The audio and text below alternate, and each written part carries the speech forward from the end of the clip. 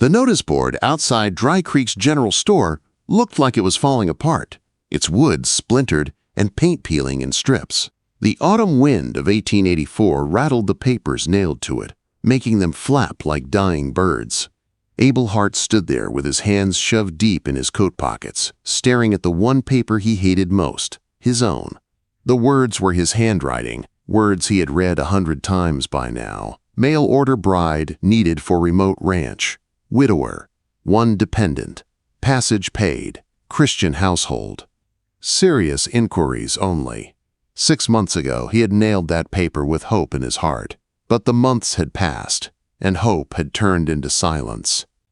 Letters had come at first, but one by one they dried up. By October, Abel began to wonder if God had turned his face away from him for good. Behind him, the stagecoach rolled to a stop. Its wheels groaned, the horses blew steam into the cold air, but Abel didn't turn. Coaches came twice a week. Nothing new. Then he heard it. A voice, low, careful, like someone testing ice before stepping out. Sir Abel turned. She stood by the coach in a plain black dress that had been washed too many times, clutching a small carpetbag like it was all she had left in the world. Her face was neither young nor old, just worn, the kind of worn that came from too many hard years. "I'm looking for Abel Hart." Abel's stomach dropped. "I'm Hart May Delaney," she said. She didn't smile, didn't stretch out her hand, just stood steady, gray eyes fixed on him. "I wrote to you. About your notice." The memory came back to him. The water-stained envelope. The letter short and direct. Widowed. No prospects. Can work. No questions asked. If the same courtesy extended, I wasn't expecting. He started, voice rough. "Sold what I had for the ticket." She answered simply, figured arriving was better than more writing.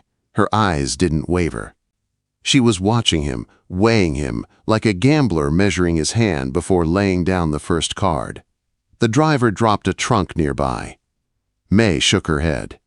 "Not mine. This is all I've got." She shifted her carpetbag in her grip. Abel nodded slowly. "My wagon's at the livery. Ranch is 2 hours out. Gets cold after sundown." "I've been cold before," she replied. They walked together through Dry Creek's 3 dusty blocks. The Mercantile, the saloon, the small church, with its steeple pointing at promises. May's boots tapped steady on the boardwalk. No hesitation, no dragging. Abel wondered at that. Most women looked around, trying to find beauty in this half-built town. May didn't. She only looked forward. At the livery, Jorge, Abel's ranch hand, was loading salt blocks into the wagon. He tipped his hat at May, eyebrows raised at Abel in silent question. Abel gave the briefest introductions. Jorge was wise enough not to ask more lukes at the ranch. Abel said as he helped May onto the wagon seat. Her hand was strong, calloused, the kind of hand used to work your boy. Yes. Abel's throat tightened. There are things you should know. 16. Can't walk since the accident. Doctor said his spine. Abel trailed off, ashamed of how his voice shook. Can he feed himself? May asked. Yes. Dress himself. Mostly. Does he read? Abel blinked. Reads everything he can. Books are, well, they're his legs now, I suppose. Then we'll manage, May said simply, resting her bag at her feet.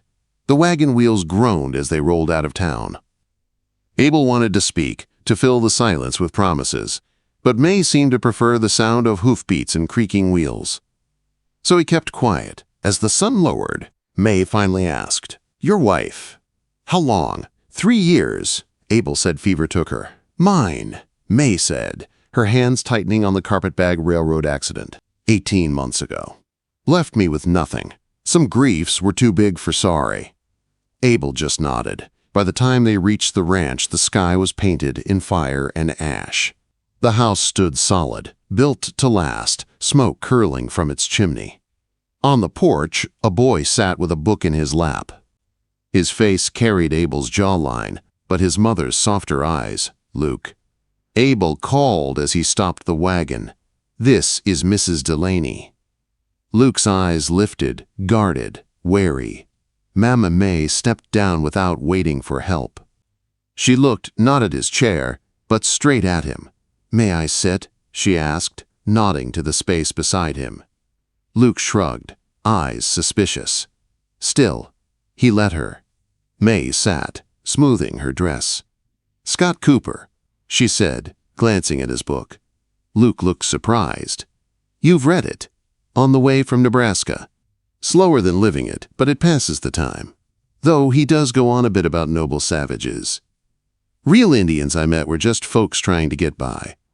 Same as anybody. Luke's mouth twitched, almost a smile. That night, May made supper from what she found. Salt pork, potatoes, onions. Nothing fancy, but enough. She fed scraps to the limping dog that wandered in, scratching its ears until it wagged its tail for the first time in months. When they sat to eat, Abel noticed the good dishes set on the table, neatly arranged, forks lined up. It was a small thing, but it made the house feel less forgotten. Luke ate in silence, but when his plate was clean, he looked at May directly. "You cook plain." "Yes, my ma used to make sauces. Fancy things. French." "I'm not her," May said evenly. Luke stared at her for a long moment. Then, softly, "Good." That night, when Abel showed her to the small room off the kitchen, she set her carpet bag on the bed and unpinned her hair.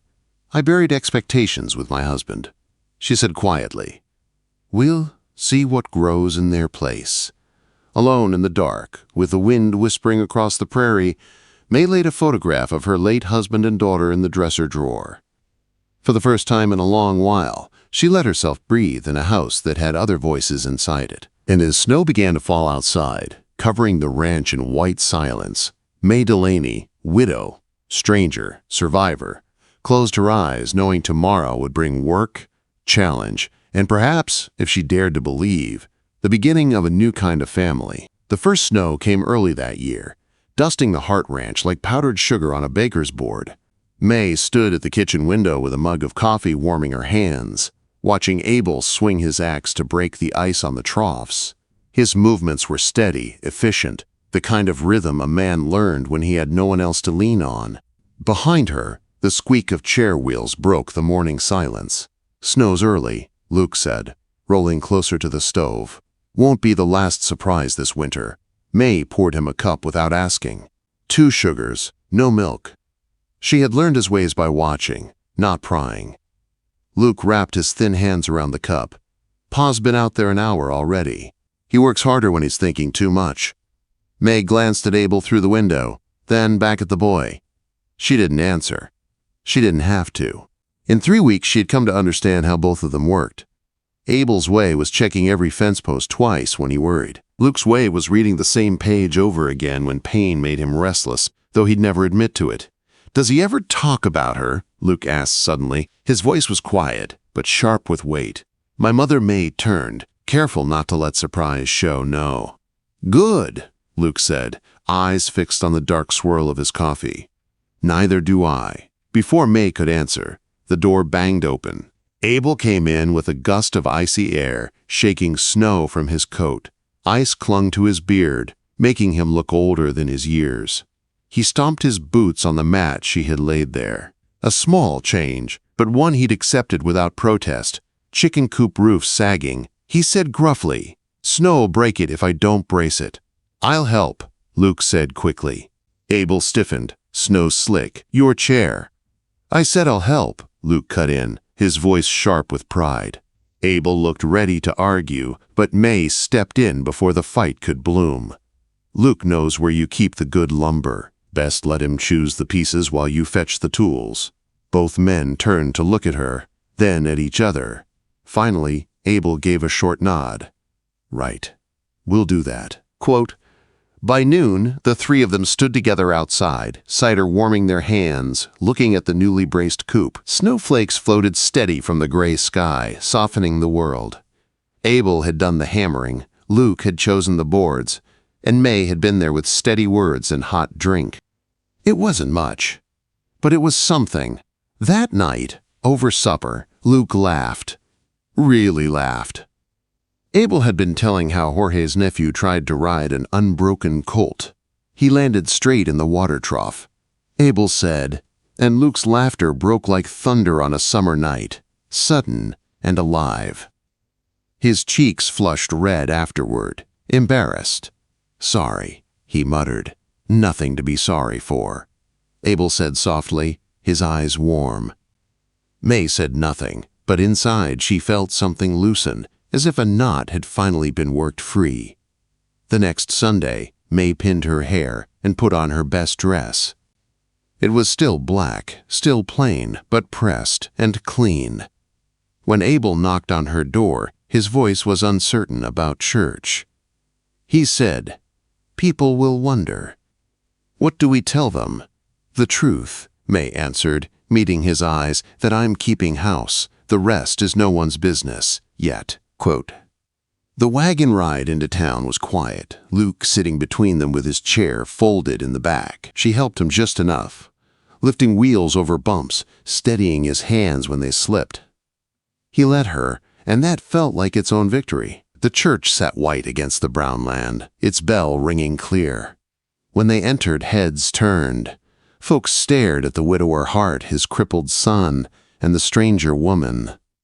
Abel held his head high, and May met their gazes without flinching. They sat in Abel's usual pew. Dust drifted through the colored light of the windows while Pastor Williams spoke of love. Patient, kind, unselfish. May thought of the husband she buried, of the child she lost. She thought of Abel sitting rigid beside her, and of Luke following each line of scripture with a steady finger.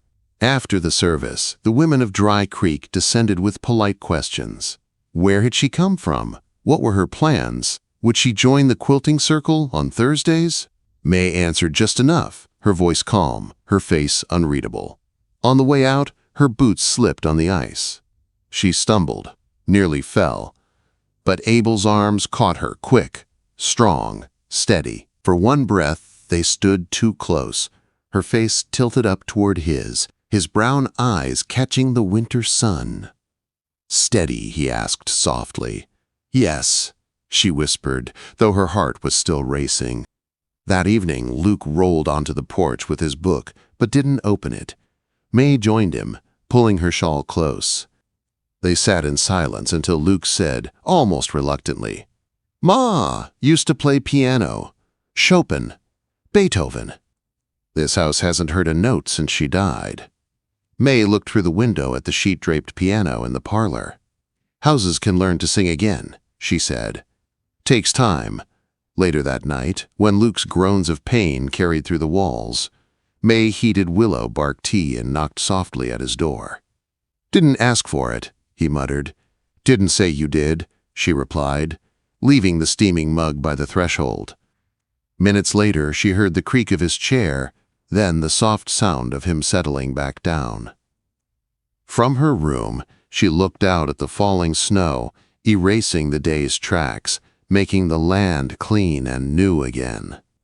She thought of the boy upstairs, the man pacing the parlor, and the way grief lingered in the walls. She thought, too, of the chance to build something here. Not love yet, maybe, but the beginnings of family.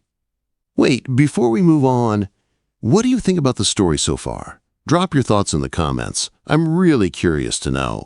The letter arrived on a gray Tuesday, carried in Jorge's calloused hands along with sacks of flour and a bundle of nails.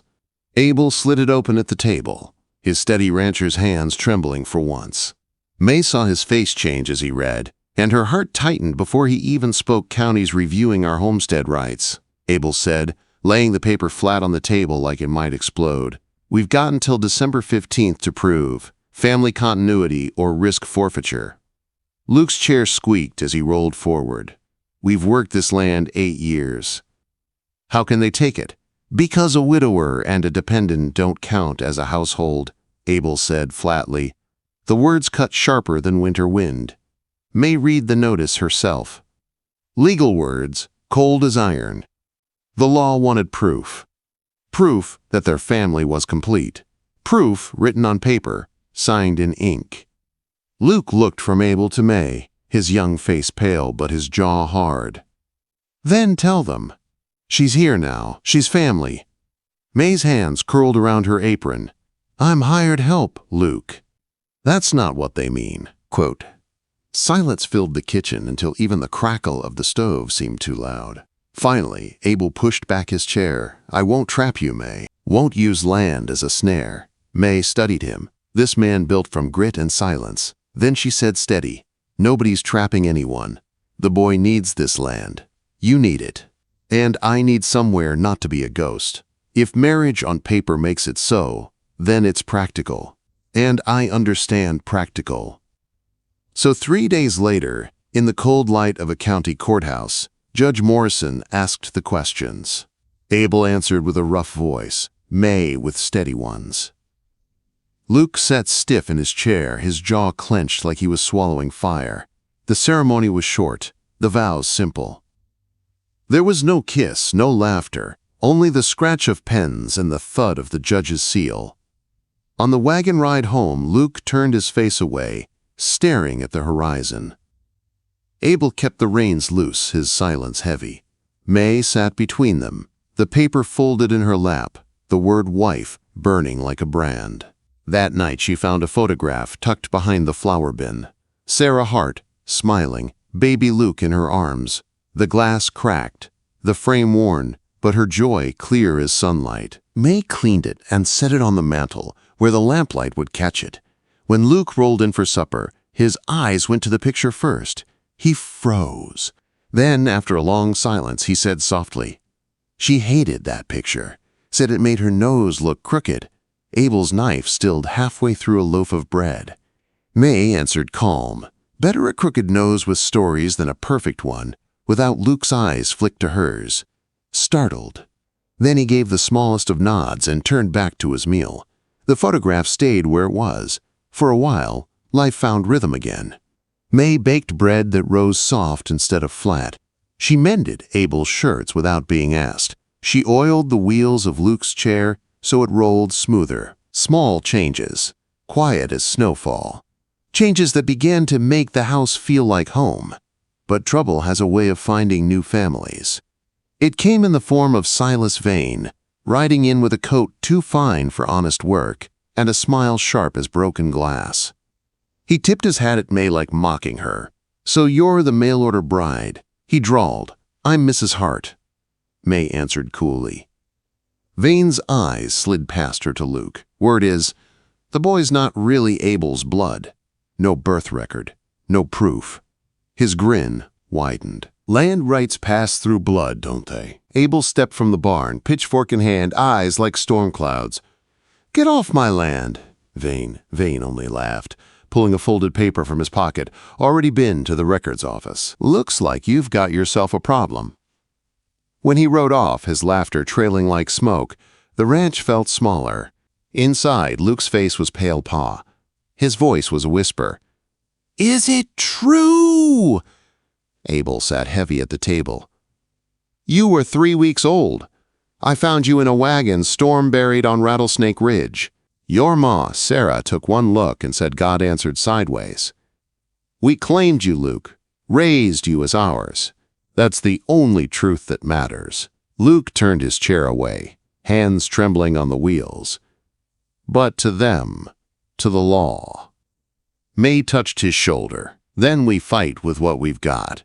A blanket with a red cross stitched on it. A journal. A town that's seen you as Hart all your life. Blood isn't the only proof, Luke. Choice is proof. And your father chose you every day. The boy looked at her, his eyes wet but burning.